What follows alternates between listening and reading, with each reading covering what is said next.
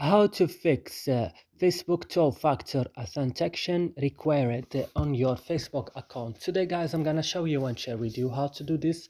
Just watch this video until the end. So let's start.